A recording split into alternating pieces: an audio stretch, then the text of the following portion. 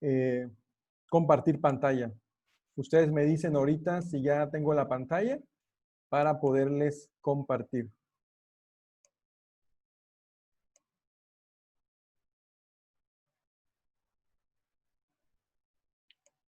¿Sí se ve por ahí? Sí, hermano, Sí, ya se ve. Ok, hermanos, vamos a ver la Perdón. lección número 53. Vamos a ver números, peregrinación, la segunda parte, y vamos a ver también la prosperidad, la primera parte. Esa es nuestra lección. Y nota, ya son las dos últimas lecciones de números. Y la siguiente lección para la próxima semana ya vamos a estar iniciando con Deuteronomio y así vamos a estar terminando ya lo que es el Pentateuco o la Torá o la ley, ¿verdad? Génesis, Éxodo, Levítico, Número y Deuteronomio, ¿sí? Bueno, vamos a continuar entonces con nuestras diapositivas. Este es un mapa, hermanos, y espero que ustedes puedan recordar esto. Esto es importante, les va a ayudar a su comprensión de nuestro estudio que estamos viendo. Recuerden, a grandes rasgos, voy a ponerle aquí este puntero láser. Recuerden que Gosén, aquí estaba el río Delta. ¿Ven esos rayitos azul? Era un río. Era el río Nilo que se dividía en varios brazos. Recuerden que el pueblo salió de Ramasés, se fue a Sucot, sigan la flecha de color azul, que es la ruta del sur, ¿verdad? Y luego cruzaron parte del Mar Rojo, se fueron a Jebel, a Mara, Elim, llegaron al desierto de Sin, llegaron a Refidim y después en el monte Sinaí. En el monte Sinaí, recuerden que estuvieron aproximadamente un año. Y después del monte Sinaí, hasta Cades Barnea, no sé si lo notan, Cades Barnea, duraron aproximadamente 40 días, 40 días, y prácticamente estaban en la frontera para entrar a la tierra de Canaán. Cades Barnea era la frontera para entrar a la tierra de Canaán, ¿sí? Pero obviamente por incredulidad, por no creer en la promesa de Dios, ¿qué pasó con el pueblo? Dios disciplina al pueblo y empiezan su recorrido aproximadamente por 40 años, 40 años, cuando en realidad les había tomado nada más 40 días, ¿sí? Acerca de esto. Alguien está rayando, ¿verdad? Bueno, vamos a continuar. Vamos a ver nuestro primer objetivo de nuestra lección y es completar el bosquejo de la segunda etapa y la primera parte de la tercera etapa de lo relatado en el libro de Números. Y ustedes, si tienen su libro ahí, pueden ver el ítem 53.1 para checar este esquema o este bosquejo de la segunda etapa y de la primera etapa. Y es lo siguiente, hermanos. Aquí vemos la segunda etapa, que es la peregrinación, y ya vimos la incredulidad del pueblo de Israel, la rebelión del pueblo y los juicios de Dios. Vimos también la fornicación y la idolatría del pueblo. Vamos a estar viendo parte de eso también. Y vamos a estar entrando hoy viendo la prosperidad, tocando el primer punto, que es victoria sobre los enemigos. Esto es parte de su primer objetivo, completar el bosquejo de la segunda etapa y la primera parte de la tercera etapa de lo relatado en el libro de Números. ¿Sí? Si hay preguntas, si hay comentarios, con confianza. En la segunda etapa o la tercera etapa de la prosperidad, puse los 4 puntos, pero en realidad solo nos está pidiendo la primera parte, ¿sí? La victoria sobre los enemigos. Este es el esquema, según su libro en el ítem 53.1, o también se puede ver como el bosquejo general de Números. Ya estamos casi terminando con relación a esta lección. Número 2, completar declaraciones de 2 lecciones que debemos aprender de las experiencias de los israelitas. Como ustedes pueden notar, Pueden checar, corroborar en su libro en el ítem 6, 19 y 22. En cuanto a lo que Dios ha puesto en posiciones de autoridad sobre nosotros, no debemos ser rebeldes contra ellos. Recuerden que se levantó un hombre, ¿verdad?, de los levitas, la rebelión de Coré, y prácticamente eso le disgustó a Dios. Eso no fue correcto delante de los ojos de Dios. Vamos a abrir nuestras Biblias ahí en Números capítulo 16 para hacer un poquito recordatorio acerca de esto, hermanos. Números capítulo 16, versículo 1 al 5. Dice la escritura: Coré, hijo de Izar, hijo de Coat, hijo de Leví, y Datán, y Abirán, hijos de Eliad, y On, hijo de Pelet, de los hijos de Rubén, tomaron gente y se levantaron contra Moisés con 250 varones de los hijos de Israel, príncipes de la congregación de los hijos del consejo, varones de renombre. Y se juntaron contra Moisés y Aarón y les dijeron: basta ya de vosotros, de ustedes, porque toda la congregación, todos ellos son santos, y en medio de ellos está Jehová.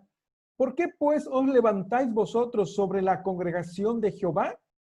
Cuando oyó esto, Moisés se postró sobre su rostro y habló a Coré y a todo su séquito diciendo: mañana mostrará Jehová quién es suyo y quién es santo, y quién hará que se acerque a él.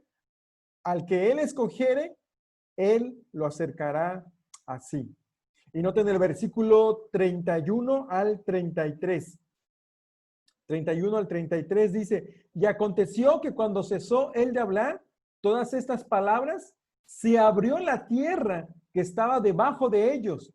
Abrió la tierra su boca y los tragó a ellos, a sus casas, a todos los hombres de Coré y a todos sus bienes. Y ellos, con todo lo que tenían, descendieron vivos al Seol, y los cubrió la tierra, y perecieron en medio de la congregación.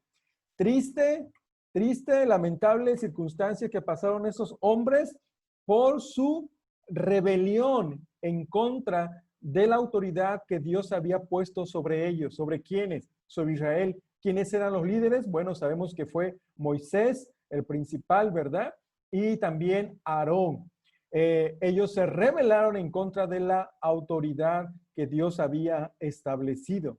Ellos no se habían puesto por sí mismos. Dios los había colocado dentro de la liberación del pueblo de Israel, desde Egipto hasta la tierra de Canaán, pero ellos continuamente eran incrédulos, estaban rebelando en contra de Dios y obviamente también del liderazgo.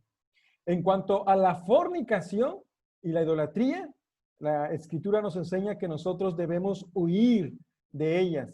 ¿Por qué decimos eso? ¿Por qué enfatizamos eso? Porque el pueblo de Israel cayó en fornicación y la idolatría. Es triste, es lamentable todo lo que le llevó su incredulidad, su dureza de su corazón, y es por esa razón que prácticamente ellos van a morir y van a dar vuelta por bueno, aparte de los de Coré que ya murieron, los demás también van a tener que morir durante el desierto porque fueron incrédulos a la promesa de Dios. Recordemos ahí en Números 25, Números 25, versículo 1 al 3, dice: moraba Israel en Sitín y el pueblo empezó a fornicar con las hijas de Moab, las cuales invitaban al pueblo a los sacrificios de sus dioses. Y el pueblo comió y se inclinó a sus dioses. Así acudió el pueblo a Baal Peor, y el furor de Jehová se encendió contra Israel. Noten los pecados del pueblo. Estos son aparte de los hijos, ¿verdad? De los de Coré. Estos son aparte, Coré y su familia y todos sus seguidores ya habían muerto, la tierra lo tragaron. Aquí hay otro grupo que es rebelde contra Dios, y es porque fornicaron y cometieron idolatría. las moabitas llevaron sus corazones de estos hombres israelitas a tener idolatría, solamente por el placer momentáneo, ¿sí? Vamos a ver qué nos dice la escritura ahí en Primera de Corintios, capítulo 6, perdón, versículo 18.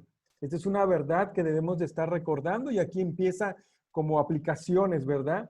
Dice la escritura, huid de la fornicación. Cualquier otro pecado que el hombre cometa está fuera del cuerpo, mas el que fornica contra su propio cuerpo peca. Ahora, tomen nota, hermanos, nunca la escritura nos dice resistan a la fornicación. Nunca. ¿Por qué? Porque resistir es caer en eso. No es decir, a ver si voy a aguantar. No, no, no, no. Vas a caer. Huye, dice la escritura. Huye. Versículo 10, capítulo 10 de Primera de Corintios, versículo 14 dice, por tanto, amados míos, huid de la idolatría. Huid de la idolatría. Y en ese tiempo, hermanos, que el apóstol Pablo estaba escribiendo a los de la iglesia de Corinto, recuerden, ellos adoraban, bueno, el mundo de Corinto, los griegos, a una diosa Afrodita, ¿verdad? Y los llevaba a cometer a fornicación y también a la idolatría. Cuando se habla de idolatría aquí en este contexto, también se está refiriendo a la fornicación. Y la escritura nos enseña que nosotros también debemos de huir de esto. No sé si están notando algo. Dentro del ministerio podemos caer, y Dios nos libre de eso, ¿verdad? En cuestiones de rebeldía contra las autoridades que Dios ha puesto. En este caso vamos a considerar al pastor, vamos a considerar a los diáconos, ¿verdad?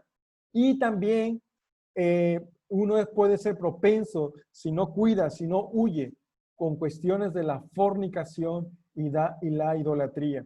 Creo que estos temas son relevantes para hoy en día, en la actualidad, y no debemos de pasarlo por alto, ¿sí? Vamos a ver a Hebreos capítulo 13, versículo 17, con relación al punto de las autoridades que Dios ha puesto. Esto es interesante porque muchas veces nos quedamos limitados con relación a esta información y es bueno aclarar muchas cosas en cuanto al sometimiento al liderazgo que Dios ha colocado dentro de la iglesia. Dice la escritura en Hebreos 13, 17, obedeced a vuestros pastores y sujetaos a ellos, porque ellos velan por vuestras almas como quienes han de dar cuenta, para que lo hagan con alegría y no quejándose, porque esto no es provechoso, porque esto no es provechoso. ¿Qué tenemos que hacer según la escritura? Obedecer y estar sujetos a vuestros pastores, a vuestros ancianos, ¿verdad? Está refiriéndose al liderazgo principal dentro de una iglesia local. ¿Por qué? Porque ellos velan por vuestras almas, ¿sí? Y ellos van a dar cuenta de esta responsabilidad que tienen de pastorear a las personas. No es un trabajo sencillo, es una gran responsabilidad. Está tratando con almas. Pero noten también que dice el versículo 7. ¿Por qué? ¿Y por qué hago énfasis de eso? Porque hoy en día hay liderazgos que abusan de de los miembros de la iglesia. Y me estoy refiriendo a iglesias carismáticas, iglesias que ustedes saben, incluso sectas, que ustedes saben que están las noticias en la actualidad de que deben de someterse de manera ciega. No cuestionen la autoridad del líder, dice. Y eso no es verdad. Noten que dice el versículo 7, ahí mismo en Hebreos 13:7. Acordaos de vuestros pastores que os hablaron la palabra de Dios. Considerad, subrayen esa palabra es clave y ahorita vamos a estar explicando un poco acerca de eso. Considerad cuál haya sido el resultado de su conducta e imitad su fe. En otras palabras, ese sometimiento, esa obediencia a un liderazgo trae implicaciones primeramente para el pastor, para los líderes, para los diáconos, en su caso, de ser ejemplos, ¿verdad? en su conducta, en el sometimiento a la palabra de Dios. Veamos unos puntos acerca de esto. La palabra obedecer. La palabra obedecer viene de la palabra peito, de ahí en Hebreos capítulo 13, versículo 17. Y significa, obviamente, obedecer, escuchar, poner atención, ser un seguidor. Eso es lo que significa la palabra obedecer. Y esta palabra, peito, se usa en Gálatas capítulo 3, versículo 1. Dice así: oh Gálatas insensatos, ¿quién os fascinó para no obedecer a la verdad? A vosotros, ante cuyos ojos Jesucristo fue ya presentado claramente entre vosotros como crucificado. Aquí se está usando la palabra peito en un sentido negativo, que los Gálatas no obedecieron a la verdad, no obedecieron incluso a la autoridad del apóstol Pablo, pero sobre todo a lo que dice la Escritura. Ellos habían comenzado en el Espíritu, pero estaban terminando en la carne. Habían aceptado la salvación por fe, por gracia, y ahora estaban queriendo practicar la salvación por obras, por guardar la ley de Moisés, por la circuncisión. Y esto era un ejemplo contrario de este punto que estamos viendo. Gálatas capítulo 5, versículo 7, hermanos, dice, vosotros corrías bien, dice, ¿quién os estorbó para no obedecer a la verdad? ¿Sí? ¿Quién os estorbó para no obedecer a la verdad?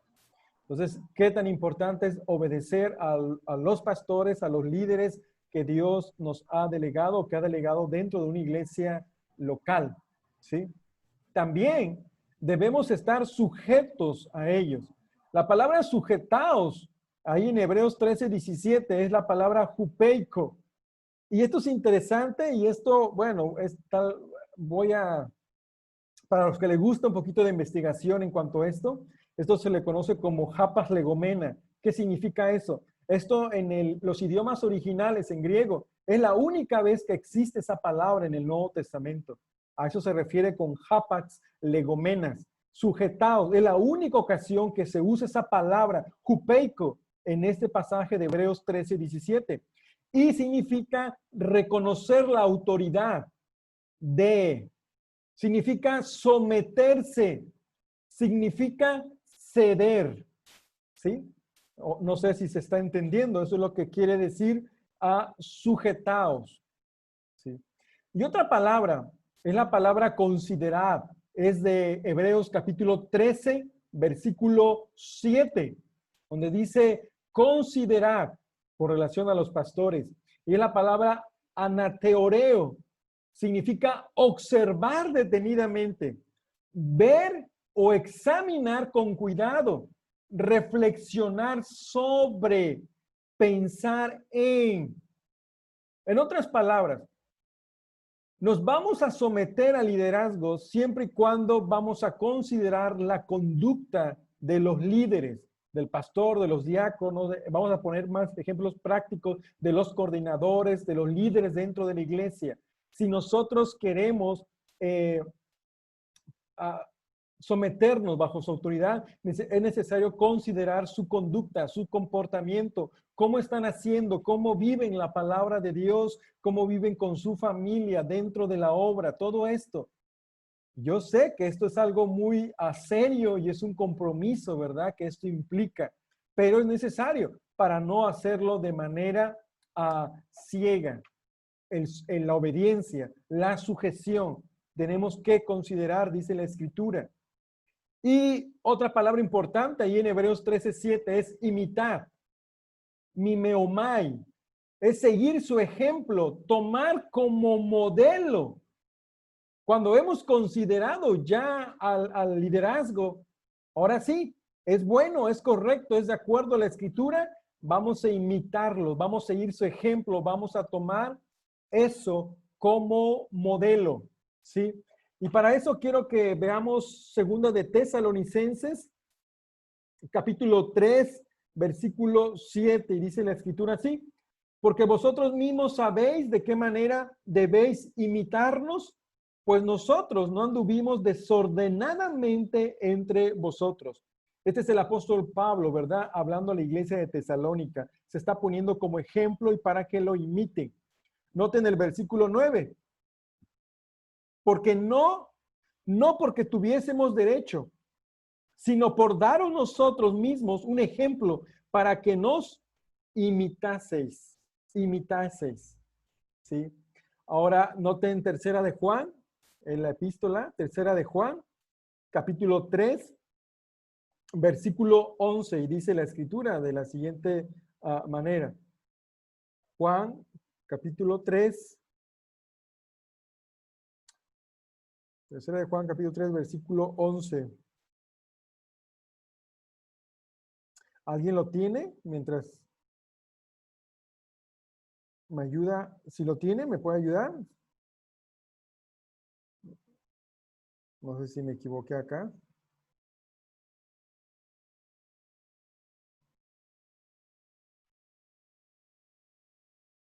Ups.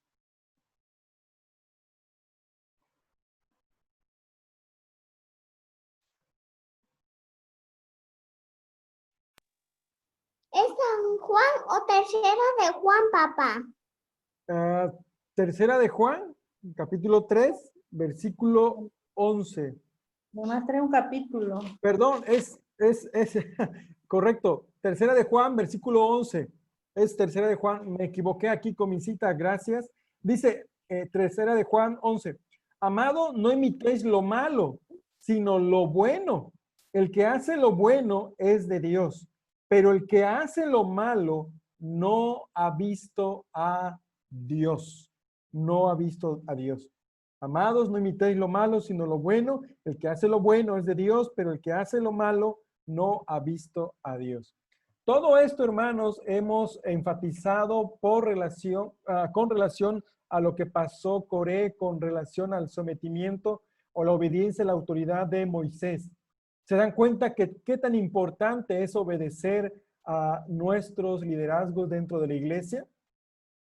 Yo sé que muchas veces se batalla con el orgullo, con muchas actitudes que no es correcta, es buena, pero tenemos que tener una actitud humilde de sometimiento, ¿verdad?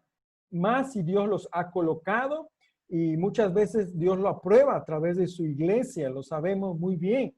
Por lo tanto, debe haber un sometimiento y siempre y cuando ese liderazgo también esté sujeto a las escrituras, a la palabra de Dios. No sé si hay preguntas hasta aquí, hermanos, de este punto.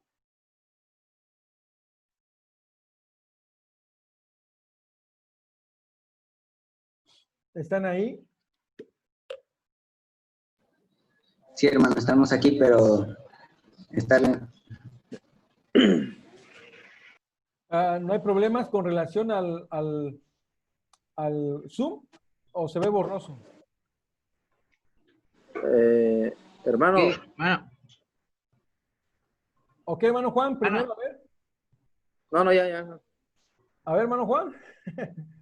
Es que accidentalmente rayé la pantalla y no sé cómo borrarlo. Ah, ya. Es verdad que ligeramente lo veo, pero ni yo no sé, hermano. Por eso no lo he borrado. Pero no se preocupe. Bueno. ¿No les molesta? Honestamente, como está oscuro esa parte, lo veo oscuro. Pero, Bueno.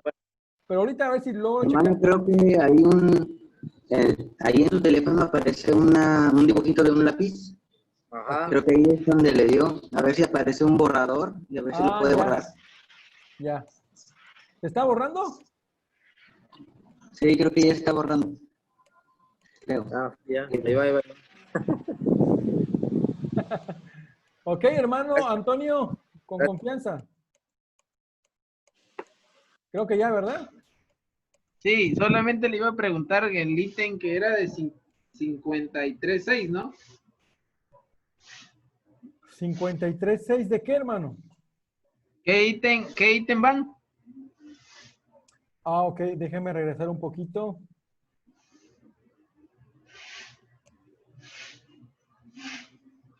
Vamos en el ítem 53.6. el 19 y el 22 para dar la respuesta a este objetivo número 2, hermano. Ahí está. ¿Ya? Ajá. Sí, Y hermano. acabé de ver un poquito acerca de Hebreos 13, 17. Eso no viene en su libro. Hay cosas extras que yo añado dentro de la clase para complementar anexos y poder ayudar un poquito a su comprensión, a algo práctico, ¿verdad? A lo que estamos viendo con relación al tema de la obediencia al liderazgo, ¿sí? Todo salió por relación al liderazgo de Moisés y cómo nosotros también debemos de obedecer a la autoridad que Dios ha puesto en la iglesia local. Bueno, un pequeño bosquejo, hermanos, con relación a números, específicamente del pasaje que estamos viendo. Números 11:1 al 25:18 nos habla de la desobediencia de Israel al Señor, en términos generales. Ahí disculpen la palabra del, ¿verdad? Es la desobediencia de Israel al Señor. Luego tenemos Números capítulo 13, versículo 1 al 29. Es la rebelión de Israel, noten, la constante rebelión de Israel y sus líderes en Cades, ¿sí? Esto era la frontera de Canaán, donde Israel había llegado, ¿verdad? Después de 40 días de peregrinar por el desierto, desde el monte Sinaí hasta la parte sur de la frontera de Canaán. Y en Números capítulo 13, versículo 1 al 19-22, nuevamente, la rebelión de Israel y las consecuencias. Como ya vimos hace ratito, Coré, las personas que le siguieron, sus casas y otros fueron tragados por la tierra. ¿Se imaginan eso, hermanos? La tierra abrió su boca, vamos a decirlo de esa manera, y los tragó vivos. Qué interesante, ¿no? Ese juicio que Dios hizo con el pueblo. Aquí hay un mapa y ese mapa ya lo habíamos visto al inicio de nuestra introducción. Nada más lo vuelvo a repetir y quiero que noten la flecha azul. La flecha azul, aquí está. Y está señalando a Cades Barnea. Es el lugar donde llegaron y donde sucedió las consecuencias de la rebelión del pueblo. Miren, hermano, ya habían llegado a la frontera. Ya estaban. Obviamente ellos tenían que entrar por Jericó más adelante, ¿verdad? Pero ellos ya estaban. Pero triste y lamentablemente, por su incredulidad, por su rebelión, por todas las cosas negativas que el pueblo hizo, vámonos para dar vuelta otra vez. 38, 40 años en el desierto. Y cuando desde el monte Sinaí hasta acá, aproximadamente 40 días, ya, para entrar. Pero por rebeldía, cada día de castigo iba a representar ahora un año. Qué triste, ¿verdad? Pero eso, hermanos, habla mucho también de nosotros. Acuérdense que Dios también nos disciplina, ¿verdad? Cuando no queremos entender, cuando estamos queriendo perseverar en el pecado. Y si somos hijos de Dios, Él nos va a corregir, nos va a disciplinar, porque no nos quiere dejar de esa manera como estamos, ¿verdad? Hay a veces personas que dicen, así soy, ¿y qué? Dice, no. Si tú eres cristiano, si yo somos cristianos, Dios nos quiere transformar, ¿verdad? Y no nos quiere dejar así. Veamos Números, por favor, capítulo 17, versículo 1 al 8. Dice, luego habló Jehová a Moisés diciendo, habla a los hijos de Israel y toma de ellos una vara por cada casa de los padres de todos los príncipes de ellos, 12 varas conforme a las casas de sus padres, y escribirás el nombre de cada uno sobre su vara.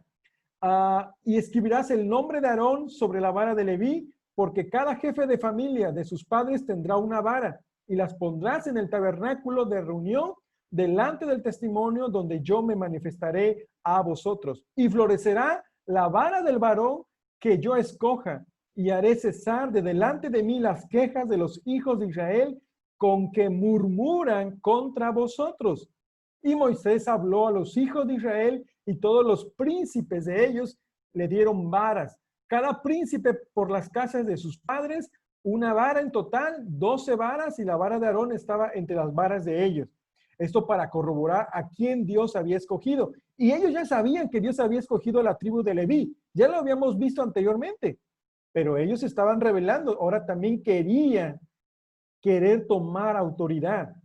Pero era triste porque no era la voluntad de Dios esa. Versículo 7. Y Moisés puso las varas delante de Jehová en el tabernáculo del testimonio.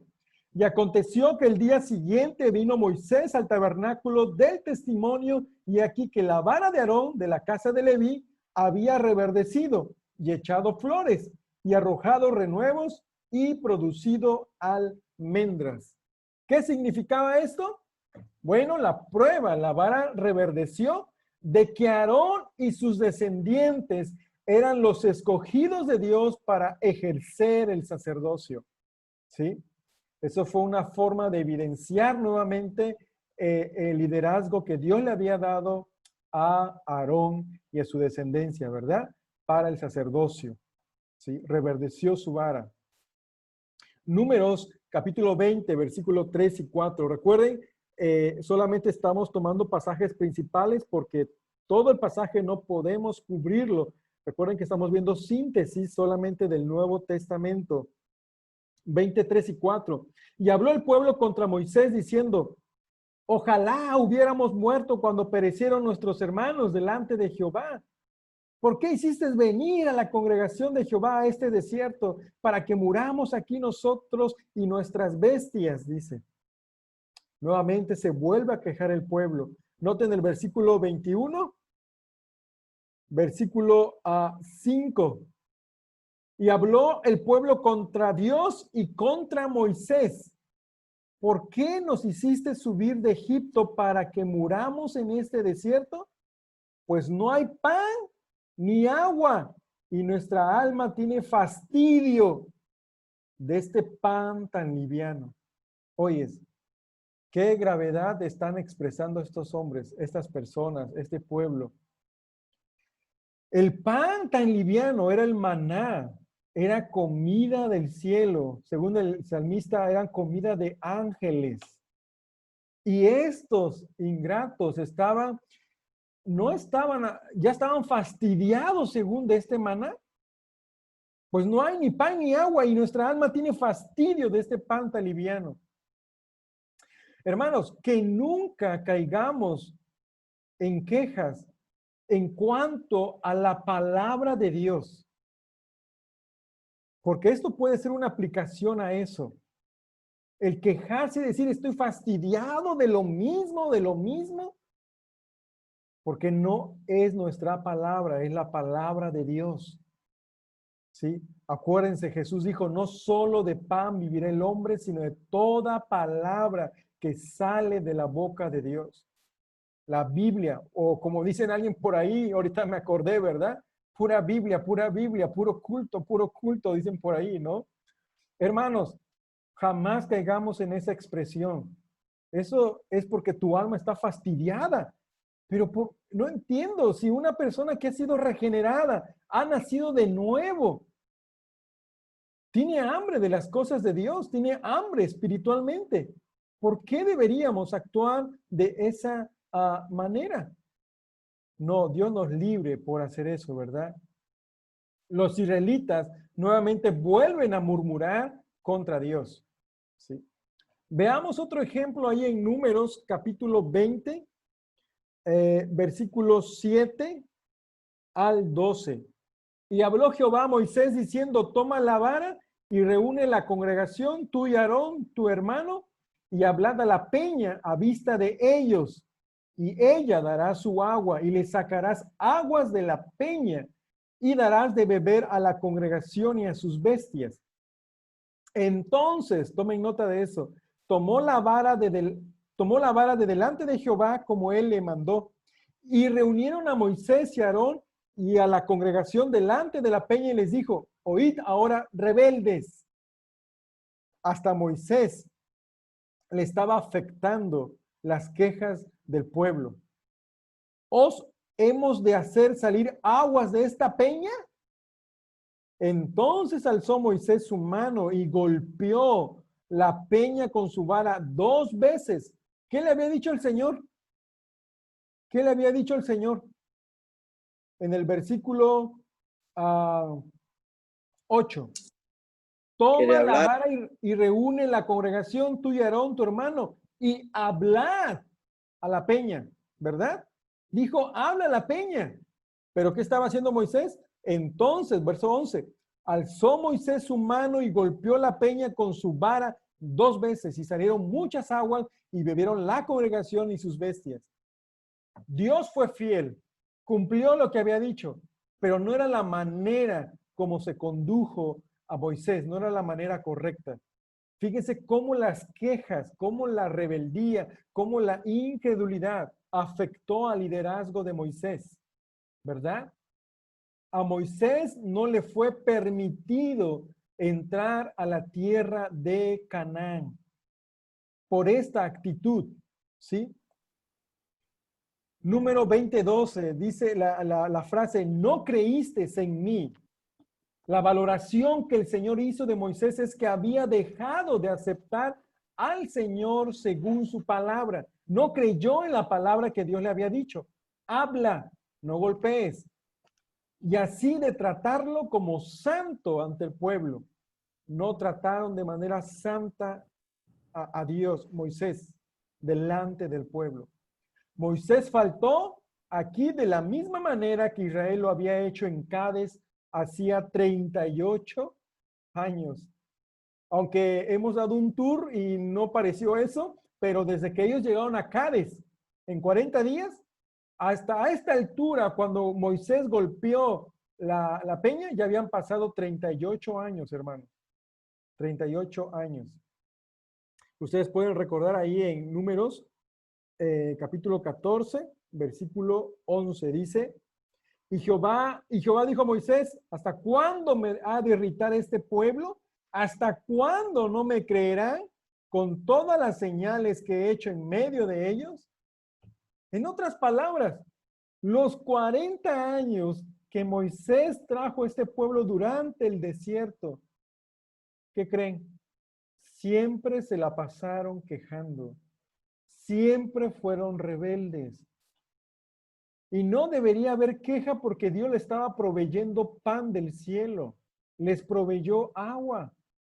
Ellos no entendieron el contentamiento. Y ellos querían volver a Egipto. Es triste, hermanos, cuando el Señor nos ha redimido y pensamos y decimos, mejor estaba en el mundo que ahora en la iglesia. No, hermanos, es una locura, una tontería decir eso. ¿Sí?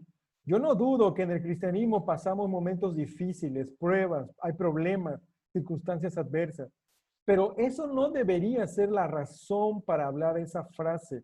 Mejor estaba en el mundo. No es cierto, no estabas mejor, estabas perdido.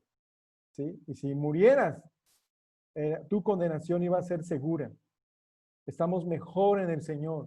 Y Él nos sostiene, Él nos guarda, Él nos bendice, nos provee y estamos aprendiendo muchas cosas en nuestro caminar. Es mejor estar permaneciendo en la fe, hermanos. Números 21, 6 al 9. Números 21, 6 al 9. Y Jehová envió entre el pueblo serpientes ardientes que mordían al pueblo y murió mucho pueblo de Israel.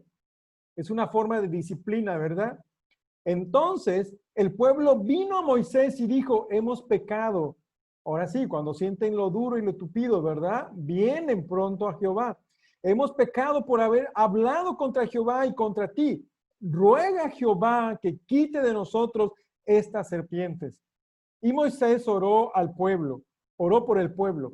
Y Jehová dijo a Moisés, hazte una serpiente ardiente y ponla sobre un asta, y cualquiera que fuere mordido y mirare a ella, vivirá, y mirare a ella, vivirá. Y Moisés hizo una serpiente de bronce y la puso sobre un asta, y cuando alguna serpiente mordía a alguno, miraba a la serpiente de bronce y vivía. Esto es interesante, hermanos. Mirar para vivir. La serpiente de bronce. Esto, hermanos, tiene una aplicación, obviamente, este es un punto, una figura de Cristo. Obviamente, primero quiero aclarar ese punto. Es verdad que el Señor mandó serpientes muy venenosas por la rebeldía de este pueblo, y ellos clamaron a Dios por misericordia. Dios proveyó una serpiente solamente, y literalmente, hermanos, tenían que solamente mirar, creer, ver lo que Dios había dicho. Miren a la serpiente y ustedes van a vivir. Eso es lo que tenían que hacer. Triste, lamentablemente, después de este acontecimiento de Números que estamos viendo aquí, en 2 de Reyes 18:4, esta serpiente tuvo que ser destruida porque ellos, los de Israel, estaban venerando a esta serpiente de bronce. Triste, ¿verdad? No sé, Israel tenía en su corazón siempre la tendencia a la idolatría. No era común, era común esto. Acuérdense cuando salieron de Egipto, estaban esperando recibir la ley de Moisés, estaban tardando según ellos, y hacen una estatua, un becerro, perdón, de oro. Segunda de Reyes, capítulo 18, versículo 4 dice: Él quitó los lugares altos y quebró las imágenes y cortó los símbolos de acera e hizo pedazos la serpiente de bronce que había hecho Moisés, porque hasta entonces le quemaban incienso los hijos de Israel, y la llamó Neustán.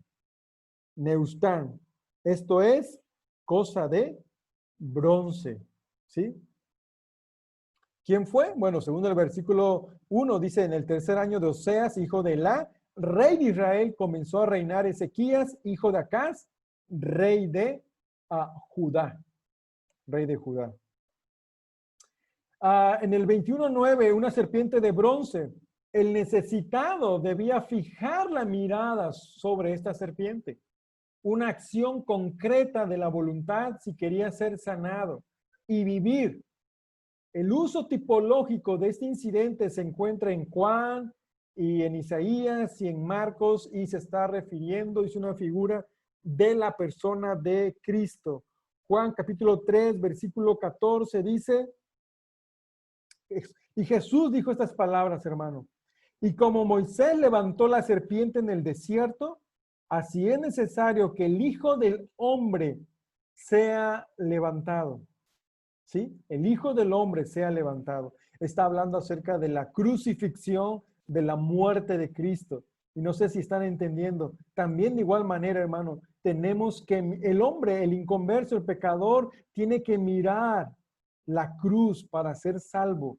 Pero una mirada de fe que salva, una mirada de fe y de arrepentimiento para venir a Cristo. Versículo 15, para que todo aquel que en él cree no se pierda, más tenga vida eterna. Esa mirada no solo da una sanidad temporal, sino la sanidad eterna, la vida eterna. Isaías. Este pasaje es interesante, 45:22. Noten qué dice esto y a quién se está refiriendo. Se está refiriendo a Jehová, y cómo el Señor Jesús usó esta frase. Jesús es Dios, hermanos. Jesús es Dios. Y una vez hice una pregunta en el Face que nadie lo contestó. Yo creo que por razón de que dirán, es herejía. ¿Por qué dijo esto el hermano? Yo dije, ¿Jehová es Jesús? Hice algo así la pregunta.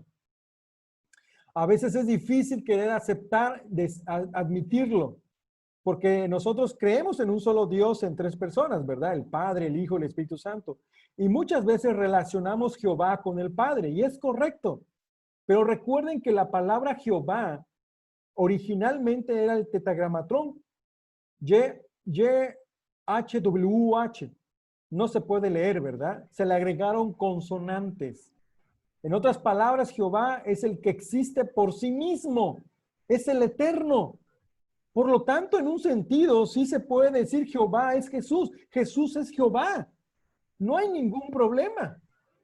No estoy diciendo que Jesús es el Padre, porque ahí sí había problemas de manera teológica, porque creemos en un solo Dios en tres personas, el Padre, el Hijo y el Espíritu Santo. Y esto es importante entender lo que significa la palabra Jehová, el que existe por sí mismo, el eterno, el yo soy, ¿verdad? ¿Y por qué digo eso? Porque Isaías 45, 22 dice, mirad a mí y sed salvos todos los términos de la tierra, porque yo soy Dios y no hay más.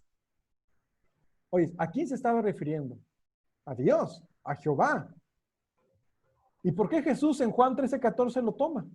Si no hay fuera de él otro Dios. Porque Jesús es Dios. Simple y sencillamente, ¿verdad? Mirad a mí y sed salvos todos los términos de la tierra, porque yo soy Dios y no hay más. ¿Dónde íbamos a ver a Dios? En la cruz del Calvario. Emmanuel, Dios con nosotros. Dios con nosotros se encarnó y en la persona de Jesucristo, su Hijo, murió. Pero resucitó al tercer día. ¿Sí? ¿Alguien iba a hablar? Marcos 16:16, el que creyere y fuere bautizado será salvo, mas el que no creyere será condenado.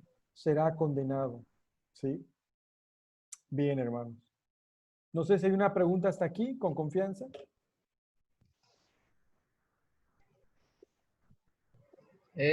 Hermano, Adelante, hermano. es así como comentaba en los estudios anteriores, ¿no? De los devocionales de usted, que Jesús y Dios uno son. De mucha gente, de otras denominaciones no lo creen así.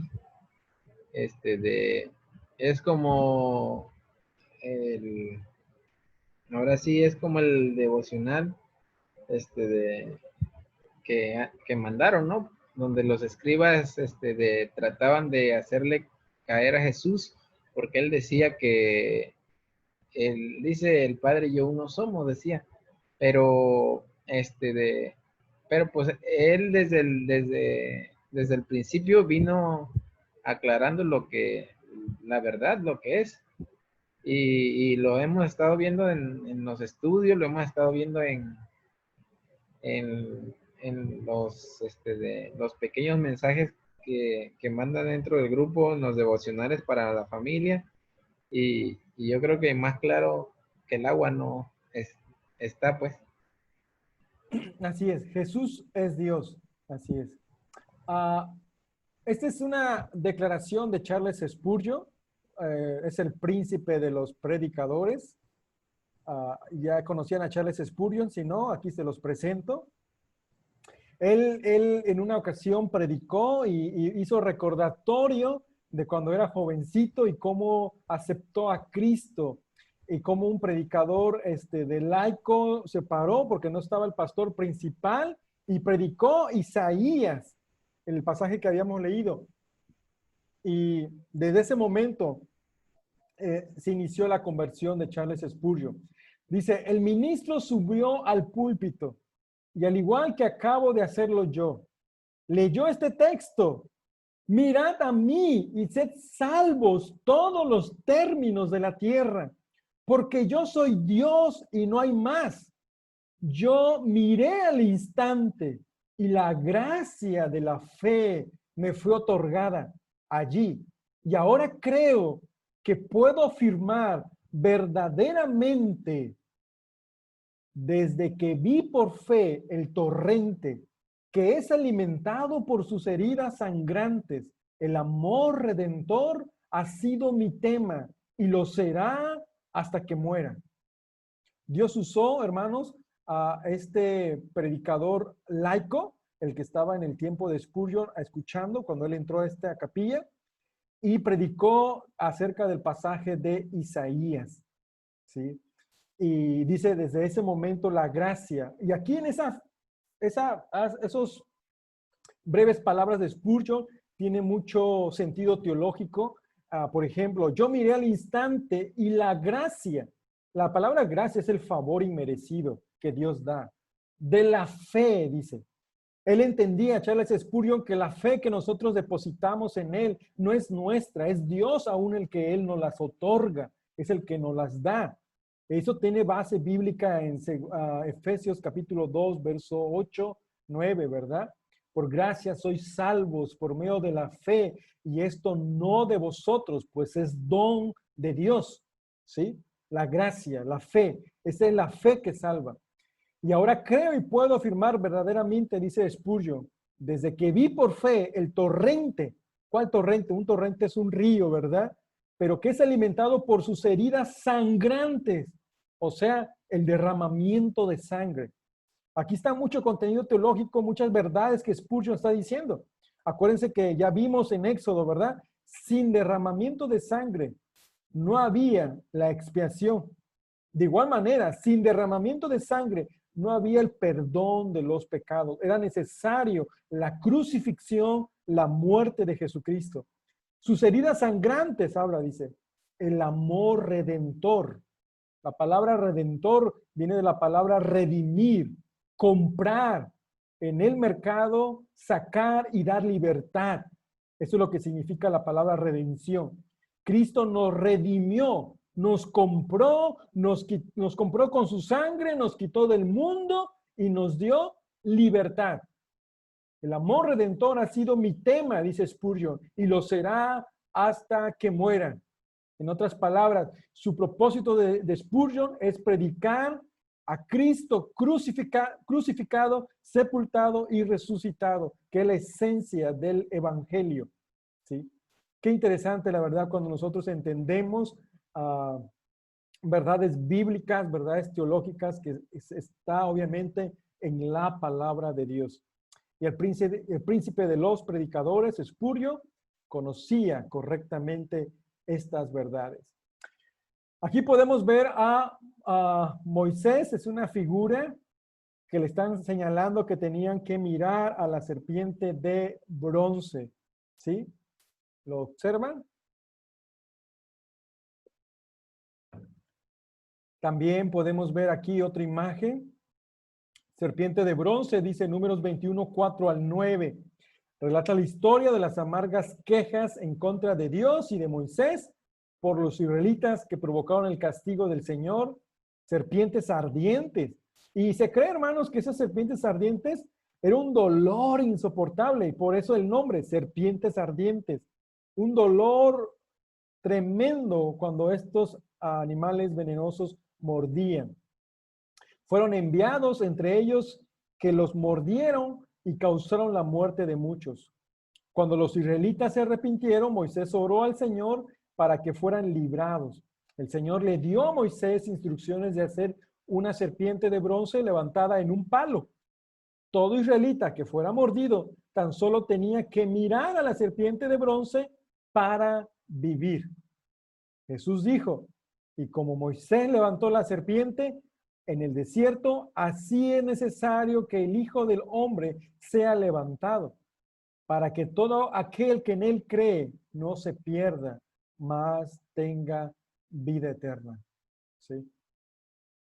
Esa es la verdad espiritual que nosotros podemos aprender en eso.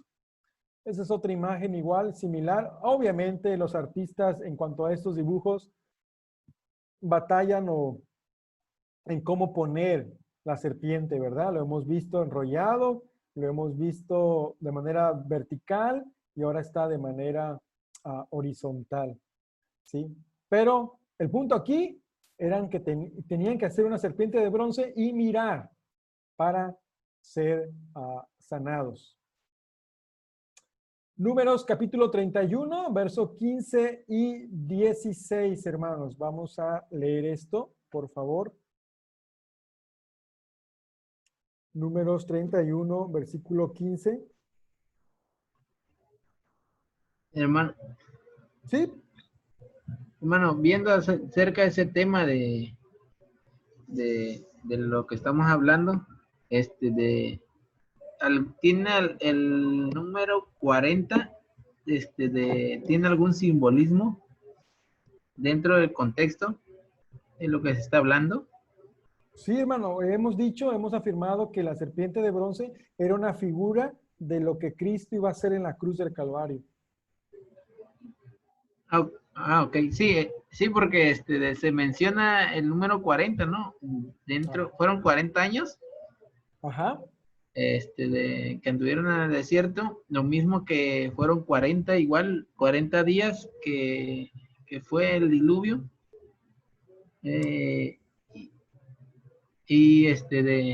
Por eso le mencionaba si el número 40 tenía algo que ver dentro del contexto que se está mencionando ahorita. Ah, bueno, ya me has dado un poco más de luz. Sí, la palabra 40 es algo simbólico a prueba.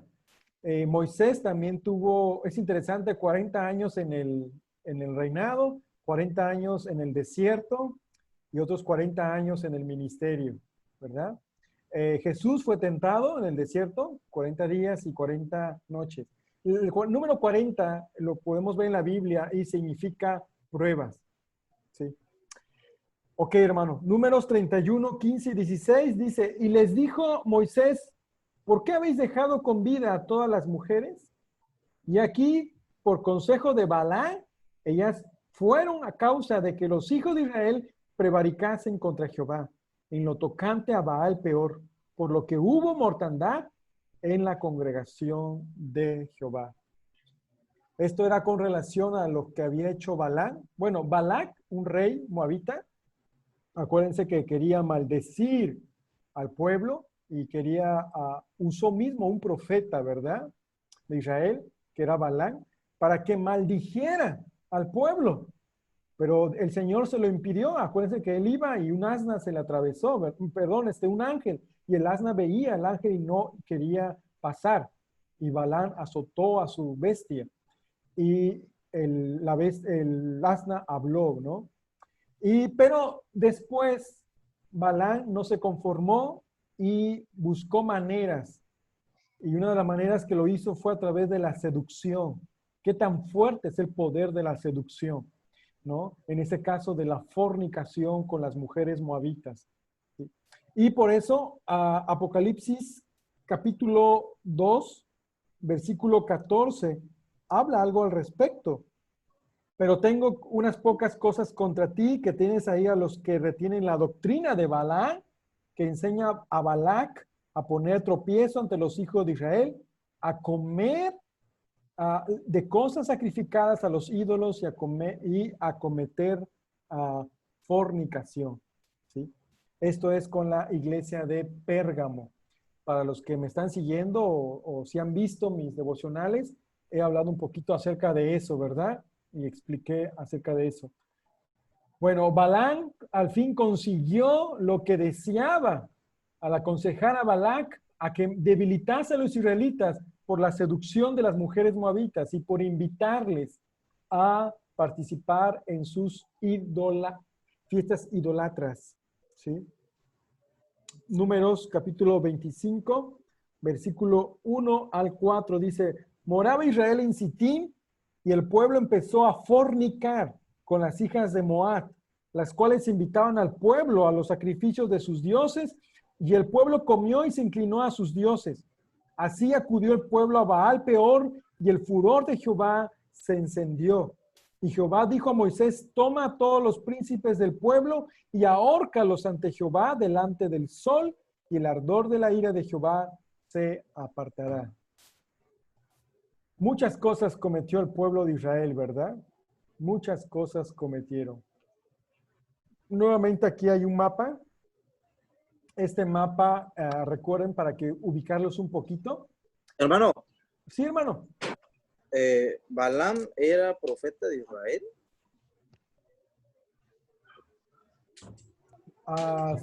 Sí, era un profeta. Sí.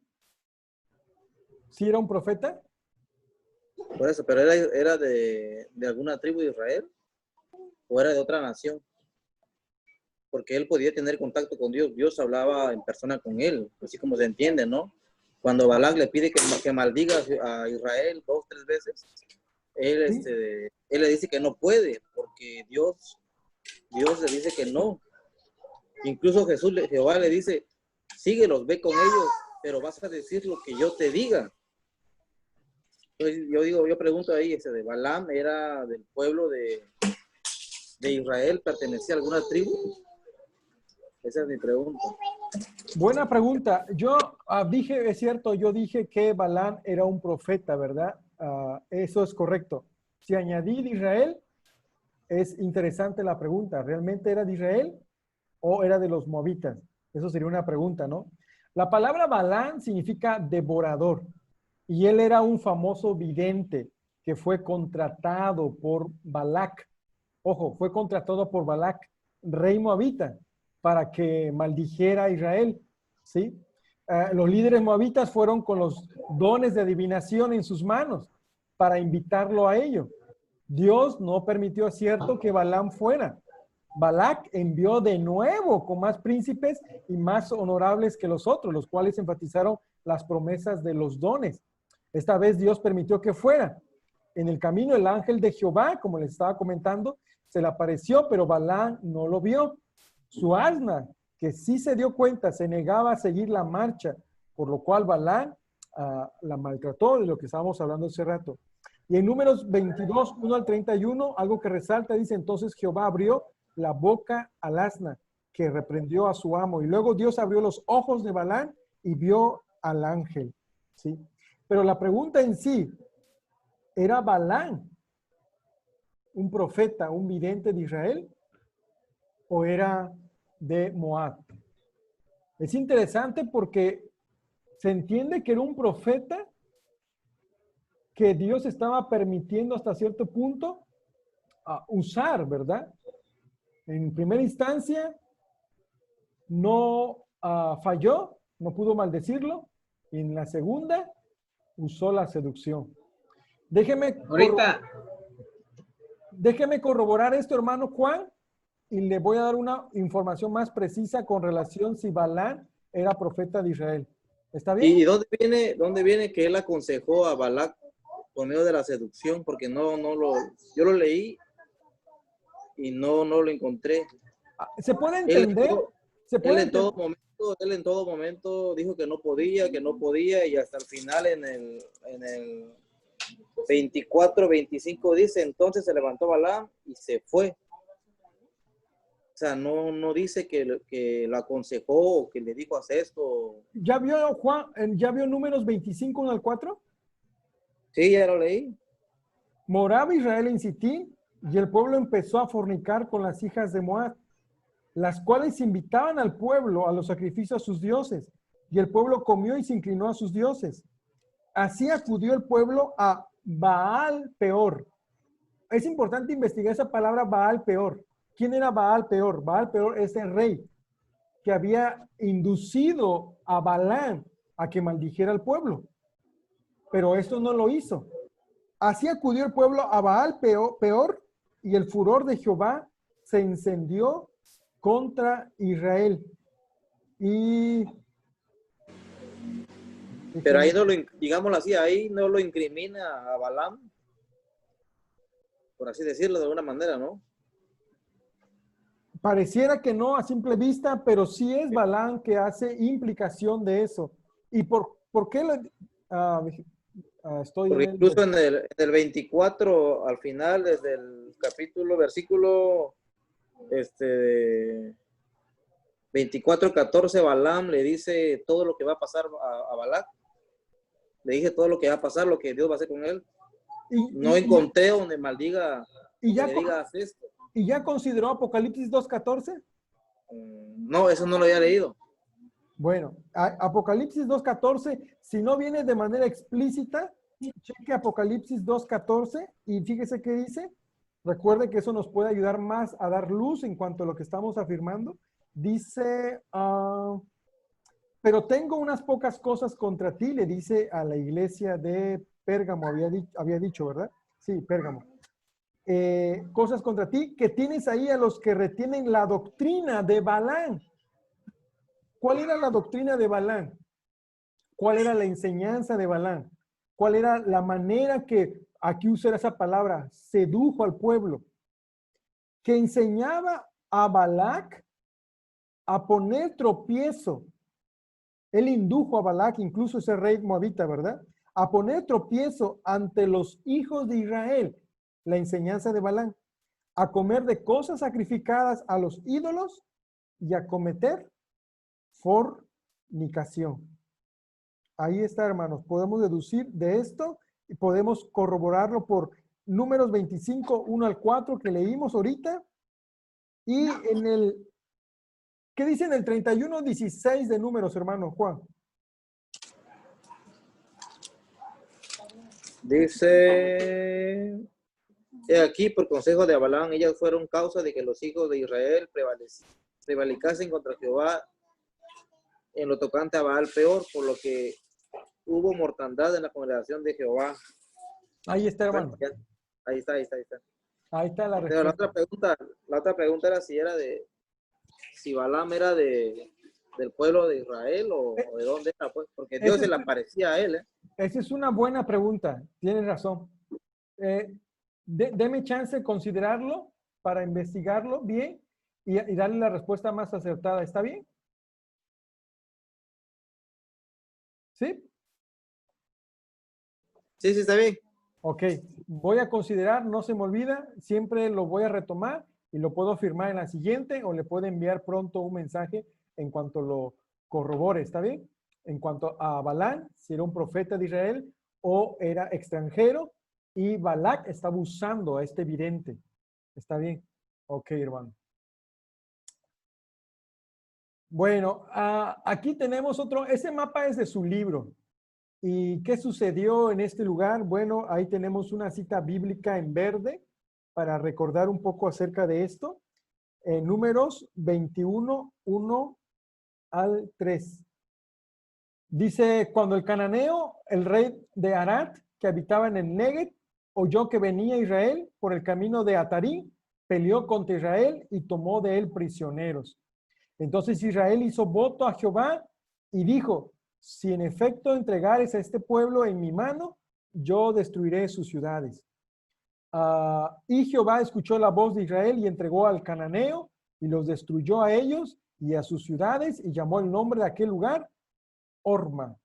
Aquí estamos viendo las victorias que Dios le estaba dando al pueblo, ¿verdad? Aquí está Orma. Número 3, el objetivo, señalar quién nos puede dar la victoria sobre nuestros enemigos.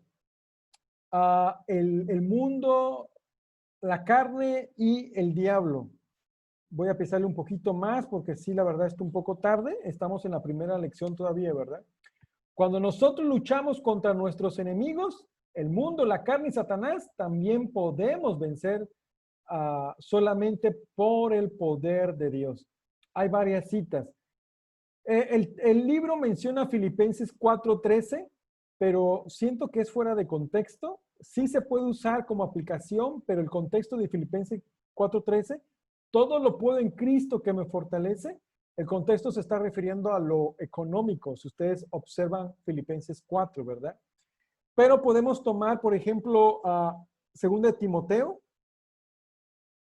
2 Timoteo capítulo 1, versículo 7, que dice, porque no nos ha dado Dios espíritu de cobardía, sino de poder, de amor y de dominio propio, ¿verdad? Para poder hacer su voluntad. Me voy a adelantar con, bueno, veamos rápido Santiago capítulo 4, versículo 4. Oh almas adúlteras, ¿no sabéis que la amistad del mundo es enemistad contra Dios? Cualquiera pues que quiera ser amigo del mundo se constituye enemigo de Dios. Se nos exhorta, ¿verdad?, a no ser amistad con el mundo. Se está refiriendo a no hacer las prácticas, abrazar el sistema del mundo, ¿eh? No se está refiriendo que aborrezcamos a las personas, sino al pecado. Primera de Juan, capítulo 2, versículo 15. No améis al mundo ni las cosas que están en el mundo. Si alguno ama al mundo, el amor del Padre no está en él. porque todo lo que hay en el mundo, los deseos de la carne y los deseos de los ojos y la vanagloria de la vida, no proviene del Padre, sino del mundo. Capítulo 5, versículo 4. Porque todo el que es nacido de Dios vence al mundo, y esta es la victoria que ha vencido al mundo, nuestra fe. Y esa fe hemos visto que no es nuestra, es Dios que lo ha puesto en nosotros, ¿verdad? Primera de Corintios, capítulo 6, versículo 18. Huid de la fornicación, cualquier otro pecado que el hombre cometa está fuera del cuerpo, mas el que fornica contra su propio cuerpo peca. Y el 10:14, huid de la idolatría, ¿no? Santiago 4:7. Someteos pues a Dios, resistir al diablo y huirá de vosotros. El único donde se nos manda a que sí resistamos es al diablo. No nos dice al pecado sexual, no tenemos que resistirlo, eso tenemos que huir. Pero al diablo sí lo tenemos que resistir. Pero antes tenemos que someternos pues a Dios, resistir al diablo y huirá de vosotros. Esto es algo interesante que ustedes pueden considerar. Y solamente así podemos vencer por el poder de Dios. Nos da la capacidad, nos da maneras de cómo podemos vencer las tentaciones. Y esto es algo práctico, hermanos, que nosotros continuamente estamos viviendo, ¿verdad? Somos tentados en el mundo, en nuestro propio ego, y no dudamos que también por Satanás. Pero, como dice la Escritura, mayor es el que está en nosotros que el que está en el mundo. El propósito de Dios al mandar vencer y exterminar a los amorreos. Ya ellos prácticamente ya pasaron los 40, ya pasaron los 40 años, ya están cerca para entrar a Jericó, y ellos van a lograr a destruir a los amorreos. Podemos ver Números, capítulo 21, versículo 21 al 25, dice: entonces envió Israel embajadores a Sehón, rey de los amorreos, diciendo: pasaré por tu tierra, no nos iremos por los sembrados ni por las viñas, no beberemos las aguas de los pozos, por el camino real iremos hasta que pasemos tu territorio.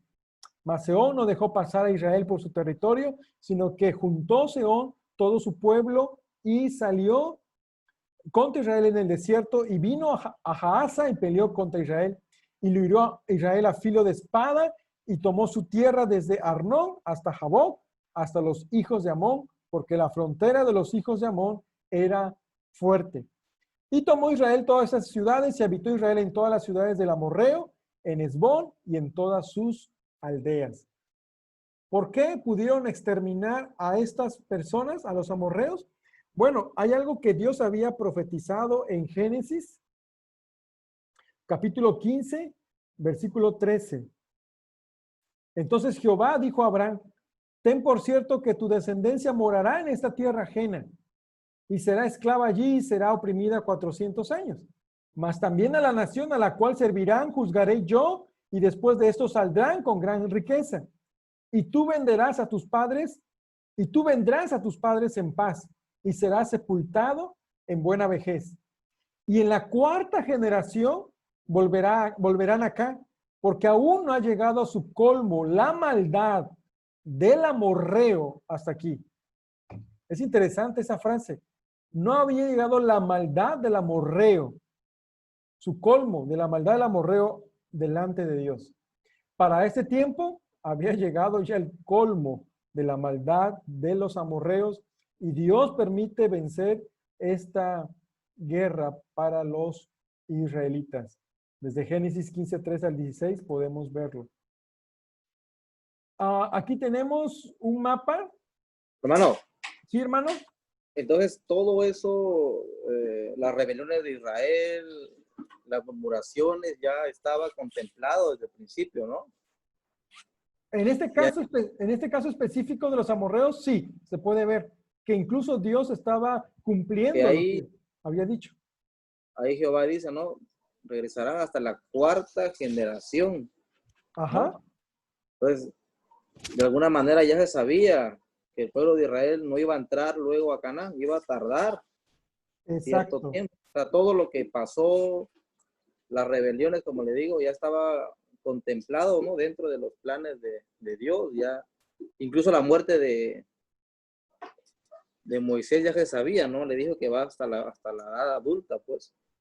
Ajá. Todo ya estaba contemplado, ya era parte del propósito, ¿no? Del plan de Dios.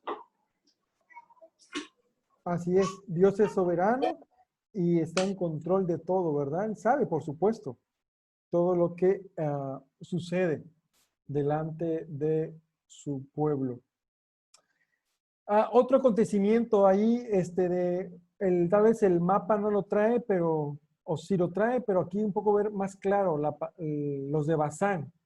No sé si recuerdan esto, en Números capítulo 21, versículo 33, que dice, y volvieron y subieron camino de Basán y salió contra ellos Og, rey de Basán. ¿Dónde está Og? Acá. Era rey de este lugar de Basán.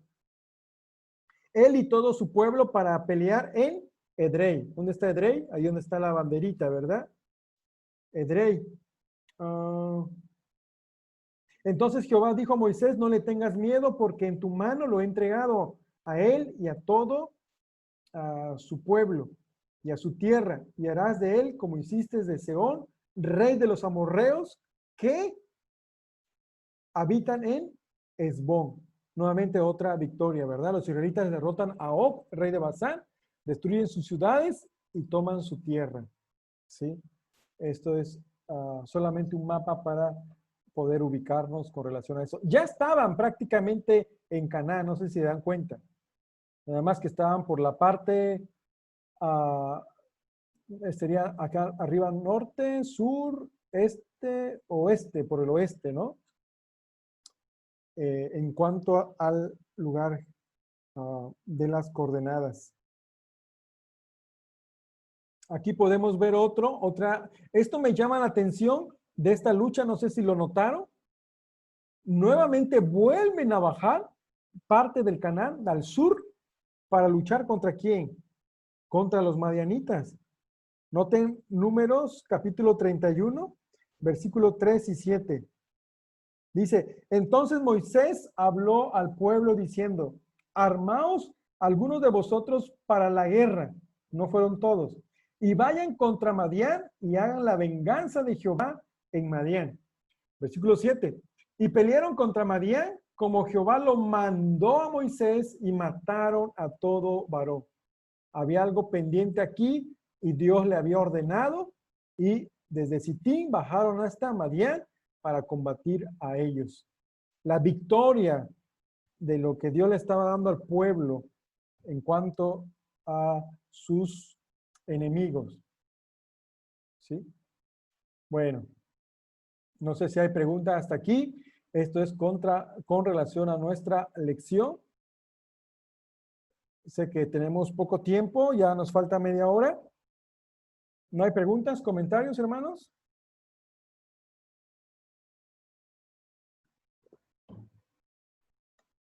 Bueno, vamos a continuar. Números, prosperidad, la última parte. Completar la última parte del bosquejo de números. En el ítem 54.1 es la prosperidad. Ya vimos la victoria sobre los enemigos, acabamos de ver eso, las conquistas que Dios le dio en las guerras, ¿verdad?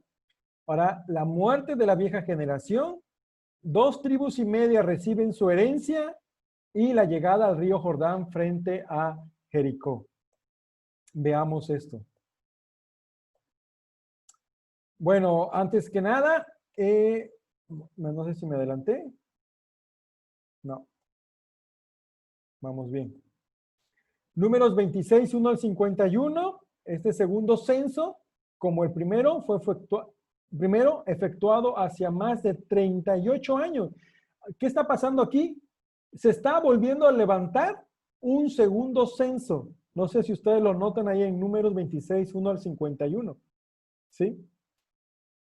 Y incluía a todos los varones de 20 años arriba aptos para el servicio militar. Es interesante este segundo censo, hermanos, porque hay bajas. Imagínense, desde el primer censo, desde la salida, si no me recuerdo, fue que en el monte Sinaí, ¿verdad? Uno de los primeros censos. Y ahora, ya para entrar a la tierra prometida, se levanta otro censo. Y ese pasaje de Números 26, 5 al 51, nos va a dar la cantidad para cada tribu con las ganancias o pérdidas netas. Fueron como sigue. Veamos este diagrama.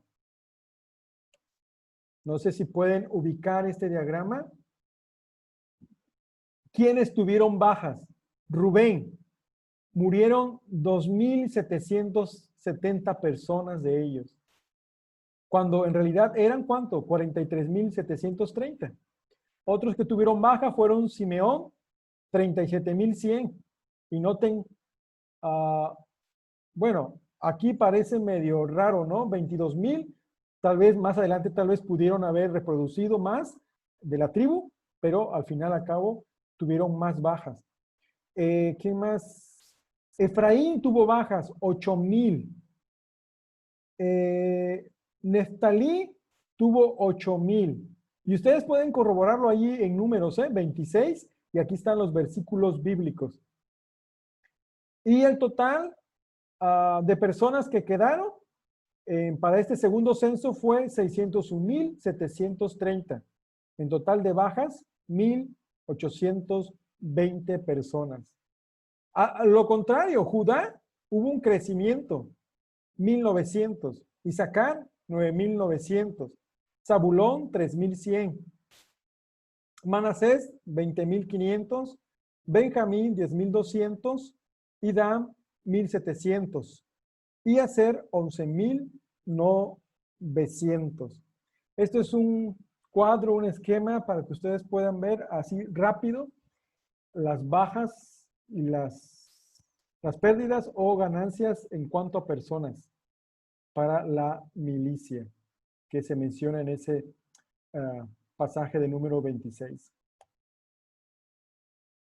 El ítem 54.4 voy a considerarlo para comentar lo siguiente. Dice, mientras los israelitas eran fieles al Señor en Egipto, a pesar de sus sufrimientos y su esclavitud, Dios le bendecía y fueron multiplicados en gran manera.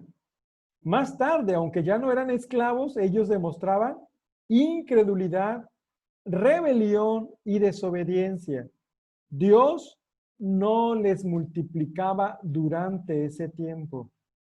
Podemos ver que las bajas obviamente fueron por las guerras, pero también había una razón, hermano. La incredulidad, la rebelión y la desobediencia del pueblo. Ya ustedes han visto eso durante su estudio, ¿verdad? Constantemente se rebelaron.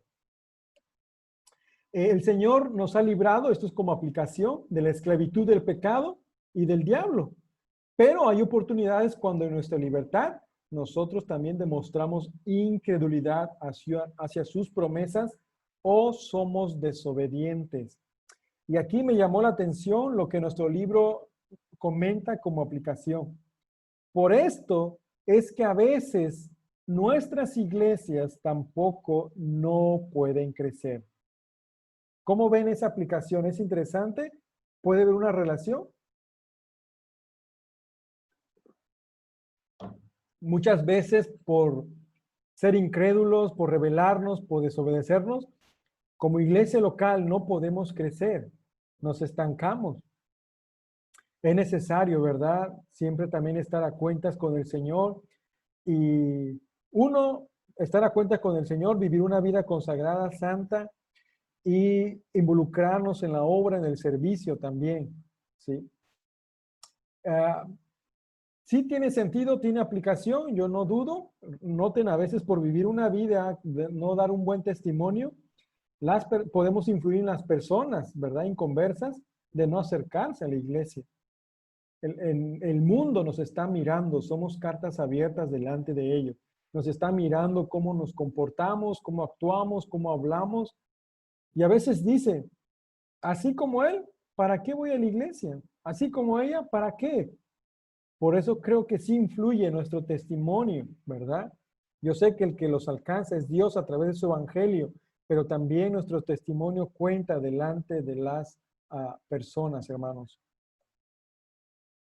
Número 2, completar una declaración referente a la muerte de los de 20 años y arriba, ahí en el ítem 54.8. Y ustedes pueden ver aquí en números 26, versículos 63 al 65. Dice lo siguiente: estos son los contados por Moisés y el sacerdote Eleazar, los cuales contaron los hijos de Israel en los campos de Moab, junto al Jordán, frente a Jericó. Y entre estos ninguno hubo de los contados por Moisés y el sacerdote Aarón, quienes contaron a los hijos de Israel en el desierto de Sinaí. Porque Jehová había dicho de ellos: morirán en el desierto. Y no quedó varón de ellos sino Caleb, hijo de Jefone, y Josué, hijo de Nun. ¿Sí? Por el hecho de que los de 20 años por arriba murieron en el desierto y 2 hombres, Caleb y Josué, quedaban con vida, creían y animaban. Aprendemos que Dios honra a los que creen su palabra y que son fieles a su nombre. ¿Sí? Esto es interesante, nos debería de motivar, animar, hermanos, saber que Dios honra a los que honran, creen en su promesa, creen en su palabra y son fieles al Señor. ¿Sí? ¿Con qué primeramente? Con dar frutos para su gloria, ¿verdad? Esto es un mapa en cuanto a la ubicación de las tribus, ya cuando conquistan, ¿verdad? Y cómo se van a distribuir. Yo sé que a veces es confuso dónde quedó qué tribu. Bueno, aquí está el mapa, espero que les pueda ayudar. Noten los colores: heredad de la tribu de Aser, por aquí. La heredad de la tribu de Benjamín, por acá. La heredad de la tribu de Dan. La heredad de la tribu de Efraín. La heredad de la tribu de Gad, el verde. Y obsérvenlo bien, porque hubieron 2 tribus y medias que quedaron del otro lado del río Jordán y que se está refiriendo a esto. Heredad de la tribu de Isaacar, que está. La heredad de la tribu de Judá. Heredad oriental de la tribu de Manasés. Heredad occidental de la tribu de Manasés. Manasés prácticamente tuvo 2 posesiones, ¿verdad? Ambos lados del río Jordán. Y aquí lo podemos ver en amarillo. Y herencia de la tribu de Neftalí. Acá está, Azor. En Azor. Y heredad de la tribu de Rubén. Ajá, acá está. Esbón. Herencia de la tribu de Simeón, lo que está en rayas. Y heredad de la tribu de Zabulón. Así fueron distribuidos las tribus cuando toman posesión de la tierra de Canaán, ¿sí? En el Antiguo Testamento. Creo que esto es más claro todavía. Y la pregunta fue, ¿por qué Manasés tuvo 2 heredades? ¿Qué no ellos dijeron que se iban a quedar aquí y iban a ayudar a sus compañeros, a sus hermanos a combatir para que pudieran tener posesión? Bueno, es interesante eso. Veamos Números, capítulo 32, versículo 39 al 42. Dice: y los hijos de Maquir, hijo de Manasés, fueron a Galaad y la tomaron y echaron al amorreo que estaba en ella. Y Moisés dio Galaad a Maquir, hijo de Manasés, el cual habitó en ella. También Jair, hijo de Manasés, fue y tomó sus aldeas y les puso por nombre Abot Jair. Asimismo, Nova fue y tomó Kenat y sus aldeas y lo llamó Nova conforme a su nombre. Aquí podemos ver que Moisés, Moisés dio Galaad a Maquir, hijo de Manasés. Por eso podemos ver que se les dio esta tierra. 2 herencias tuvo Manasés. Uno por un lado del río y otro por el otro, cerca del mar Mediterráneo. ¿Ok? ¿Sí pueden ver? Canaán dividida por las 12 tribus. Y esto es importante que ustedes lo estén entendiendo, considerando, ubicando cómo fueron distribuidos las tribus. Este pasaje no es tan sencillo de explicar en un sentido. ¿Qué dice Génesis 15:18, hermanos? Vamos a leer Génesis 15:18. Es un poquito dolor de cabeza porque dice lo siguiente. En aquel día hizo Jehová un pacto con Abraham, diciendo, a tu descendencia daré esta tierra. Si lo tomamos literal, noten qué dice, según este mapa. Daré esta tierra desde el río de Egipto. ¿Dónde está el río de Egipto? Uno pudiera pensar a simple vista, pues es el río Nilo, aquí está, el río de Egipto, aunque llegaba hasta acá, Este es el río Delta que se desembocaba en el mar Mediterráneo.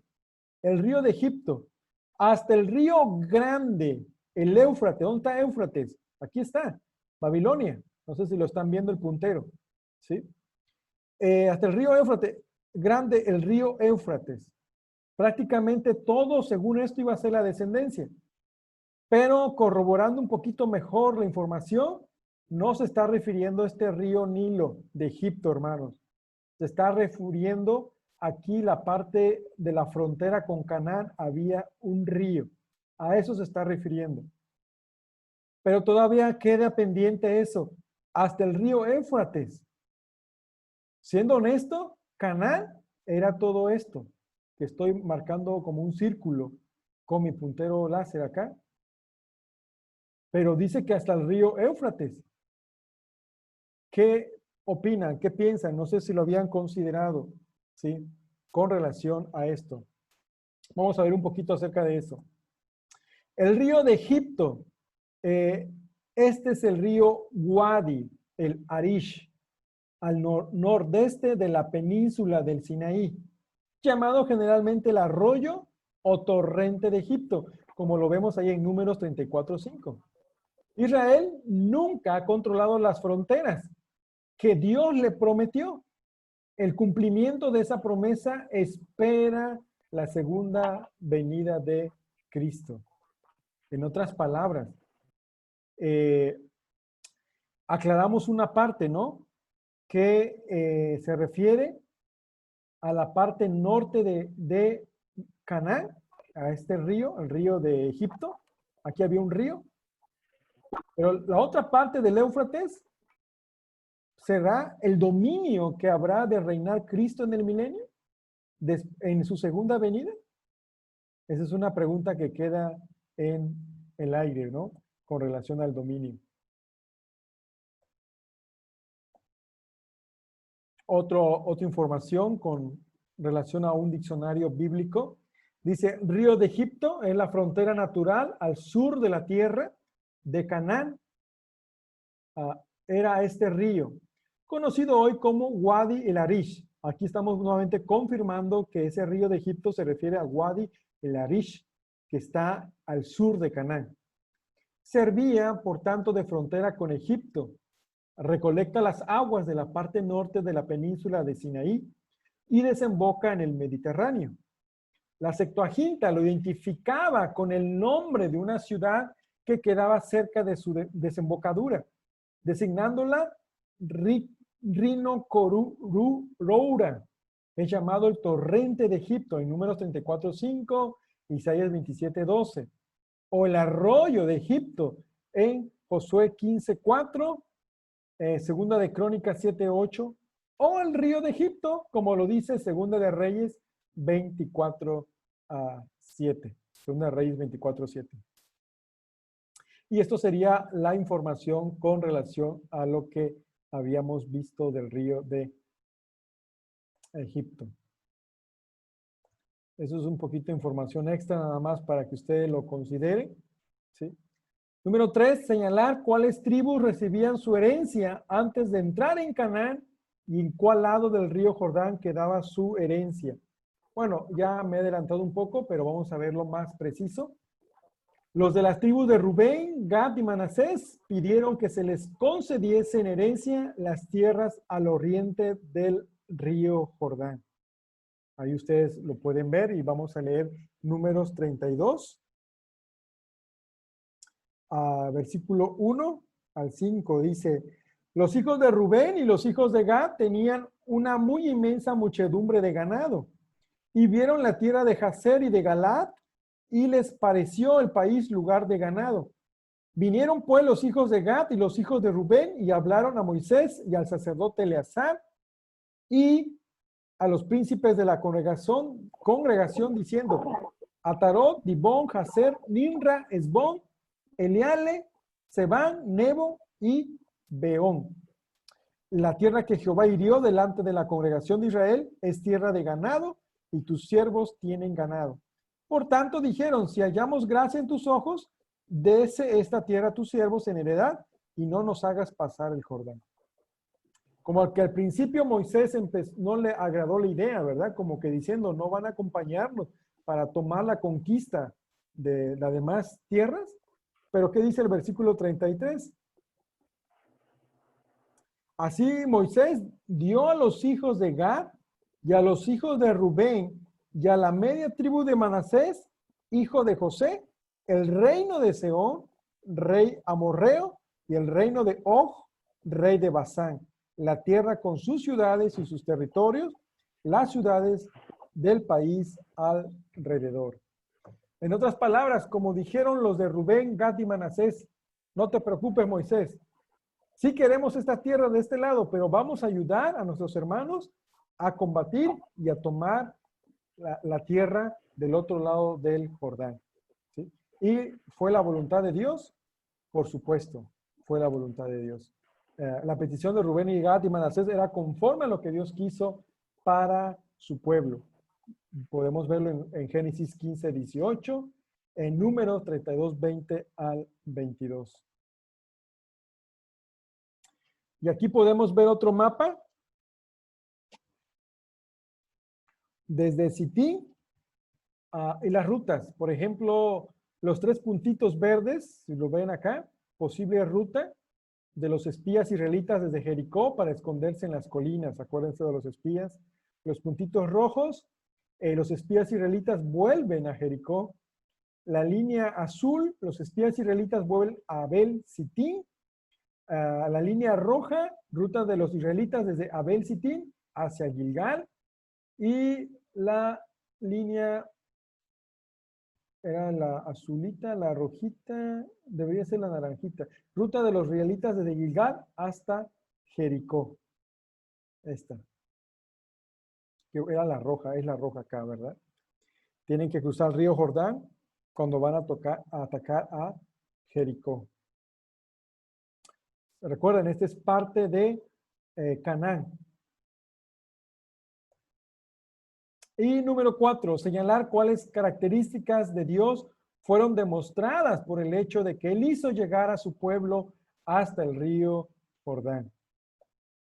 Bueno, el hecho de que Jehová cuidara de su pueblo durante las peregrinaciones, les hiciera llegar hasta el río Jordán, demuestra su poder y su fidelidad.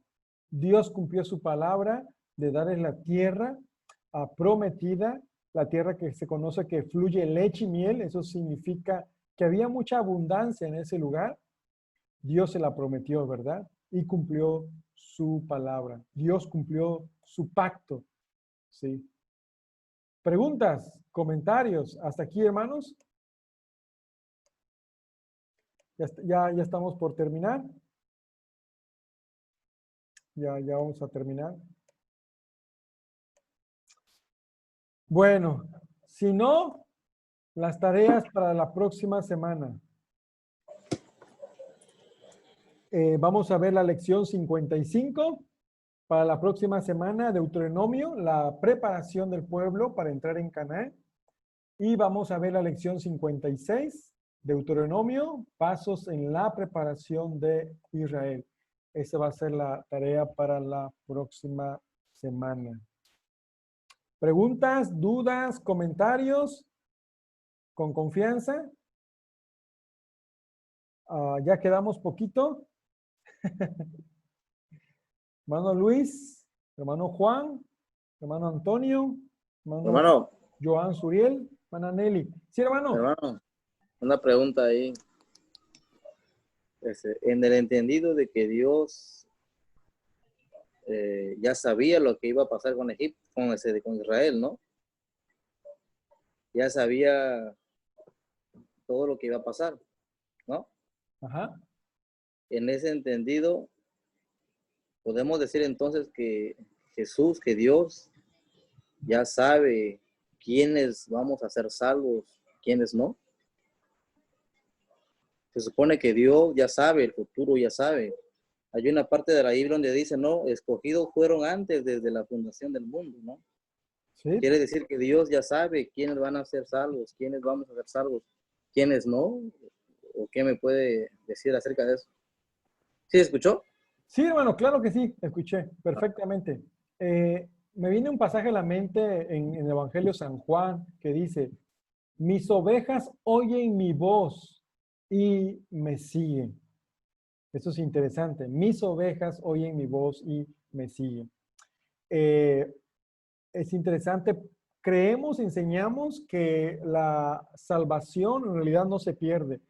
Enseñamos la seguridad de la salvación en el creyente, en la que ha creído Jesús, ¿verdad? Y obviamente tiene que dar evidencias de una conversión genuina, tiene que evidenciar con frutos, ¿verdad? No se tiene que evidenciar. No estamos diciendo que va a ser perfecto moralmente. Entendemos que a veces hay caídas, pero una evidencia es que viene a la cruz pronto y continúa su caminar, no se estanca, ¿sí? Romanos capítulo 8, verso 28 hasta el 30, habla de 5 eslabones. ¿Cuáles son esos eslabones? Si usted recordará ahí Romanos 8, 28 al 30, habla que Él nos conoció, Él nos predestinó, Él nos llamó, Él nos justificó y nos glorificó. Eso es lo que ha hecho el Señor. 5 eslabones. Y estos eslabones es algo que ya da por hecho en cuanto a la salvación de todos sus hijos. ¿Sí? Entonces, si es bíblico la elección, si es bíblico la predestinación, pero también enseñamos y no quitamos que el hombre tiene una responsabilidad de venir en fe y en arrepentimiento a Cristo. El hombre es responsable de venir en fe y en arrepentimiento. Aunque sin lugar a dudas, Dios ha escogido para salvación. Pero eso escogido para salvación, el evangelio es para todos y se invita a la fe y al arrepentimiento. ¿Cómo puedo decir que una persona es salva? Si genuinamente se arrepiente de sus pecados y cree en Jesucristo, esa persona es salva. Y obviamente tiene que evidenciarlo, ¿verdad? Mis ovejas oyen mi voz y me siguen. Una oveja del Señor es aquel que escucha la palabra, que persevera en el Señor y va a dar frutos para la gloria de Dios. ¿Sí? Como les dije nuevamente, no significa que no va a pecar nunca. Sí, por eso está 1 de Juan 1:9. Si confesamos nuestros pecados, Él es fiel y justo para perdonarnos y limpiarnos de toda maldad. No sé si contesté su pregunta. Sí, hermano. Okay. Está bien. Ok. ¿Alguna otra pregunta, hermanos? Yo, hermano, una pregunta. En el transcurso de que el pueblo de Israel viajó hasta Canaán, creo que una tribu o dos desapareció, ¿no? Y ya fue sustituida por la tribu de Benjamín, o no sé, de Manasés, creo. Así que mi pregunta es que si a pesar de que esta tribu desapareció, siguieron siendo 12, para las 12 tribus de Israel. Esa es mi pregunta. Acuérdense que de los 12 hijos de Jacob, eso era José, ¿verdad?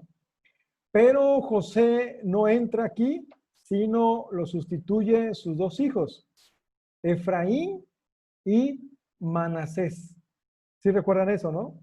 Efraín y Manasés. Y los que toman la heredad en la división del río Jordán, antes de cruzarlo, los que toman la heredad ahí es Rubén, Gad y una de las media tribus. Decimos media tribu, ¿verdad? Y se considera Manasés. ¿Sí? La pregunta muy precisa, no sé si fue ese hermano, ¿qué pasó con otra tribu? O algo así. No lo escuché bien porque había mucha distorsión en el audio. Que en el transcurso del pueblo de Israel, creo que una tribu fue la que desapareció porque se rebeló. No sé si fue sustituida por la tribu, otra tribu. Esa es mi pregunta. No sé si me escucho bien, es que aquí está un poco mal. Ajá, sí, hermano. Voy a regresar un poquito con mi diapositiva. No sé si lo pueden ver por ahí. Estoy haciéndolo un poquito rápido. Creo que se refiere a la tribu de Leví, hermano. Recuerden que la tribu Leví estaba dedicado al tabernáculo, ¿no? Ajá. Por eso no aparece ahí. Ajá. ¿Ven esta tabla? Aquí está Rubén, Simeón, Gad, Judá, Isaacar, Zabulón, Manasés y Efraín. Vamos a decir lo que sustituyó a José y también sustituyó a quién. A Leví. A Leví. Noten, a Manasés y Efraín. Luego tenemos a Benjamín, Dan, Aser y Nestalí. Son 12, ¿no? 6, 7, 8, 9, 10, 11, 12. Así es. Recuerden que aquí, en vez de Manasés y Efraín, debería estar José y Leví.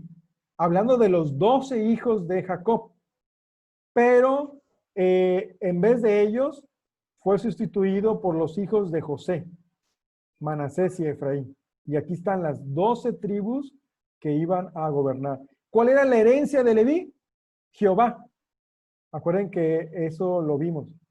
Ellos, aunque tuvieron un cierto lugar donde vivir al principio, desde el monte Sinaí, ellos no tenían heredad de tierras.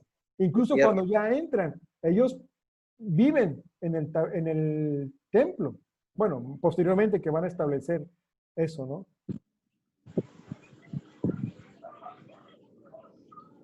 Ok, muchas gracias, hermano. Ok. Sí se puede ver, hermano Suriel, aquí en este diagrama, ¿verdad? Que nos puede ayudar un poquito, ¿no? Acerca de eso. Y si ustedes ven el mapa, voy a ponerles el mapa. En cuanto aquí, miren. Igual. Aquí podemos ver, noten el morado es Manasés. Aquí está. Pero también a Manasés se le dio otra herencia cruzando el río Jordán y fue en la parte amarilla acá.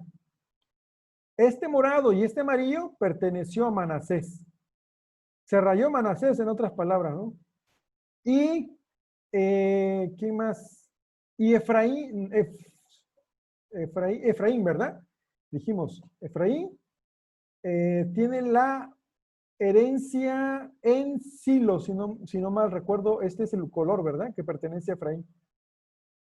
Estos son los hijos de José, conocido como media tribu, ¿no? Por un lado Manasés y por otro lado Efraín. Pero no vemos a Leví. ¿Por qué? Porque Leví, su herencia era Jehová. Era el que estaba administrando el templo. ¿Sí? Sí, muchas gracias, hermano. Ok, hermano. Bueno. Pues vamos a orar, hermanos, si no hay más preguntas. Tengo pendiente, ahorita voy a checar eso, lo de la Balán, hermano Juan. En cuanto al profeta, si era específicamente de Israel, sí afirmé eso, pero tengo ahora una duda que me hizo y vamos a acertar con precisión esa frase, ¿no? Si es o no es. Pero yo se las comparto en el grupo, no se preocupen. Vamos a dar respuesta a eso. Vamos a orar, hermanos, para despedirnos, si no hay más preguntas. Oremos. Señor, te damos gracias por la oportunidad que nos diste de poder repasar, reflexionar, hacer unos comentarios y aplicaciones de tu palabra a nuestra vida espiritual. Gracias, Señor. Ayúdanos cada día a tener más comprensión, más entendimiento de la Escritura, porque todo esto sé que es importante para nuestra formación como hijos tuyos y también para el ministerio, porque es tu palabra la que vamos a estar enseñando, es tu palabra la que vamos a estar predicando. Ayúdanos, Señor, a ser humildes, a ser sencillos cada vez que nos acercamos a ella, a la Escritura, para aprender, para conocer más de ti. Queremos conocerte mejor a través de la Biblia, Padre. Gracias por la disponibilidad de mis hermanos. Bendíceles con más inteligencia, sabiduría, y que cada uno de nosotros también podamos aplicar los principios que vamos encontrando. A ti sea la gloria y la honra, Padre, en el nombre de Cristo Jesús. Amén. Muy bien, hermanos, pues muy buenas noches y nos vemos primeramente Dios para nuestra próxima clase. La foto dice el hermano Antonio. Ok. Espero que haya salido.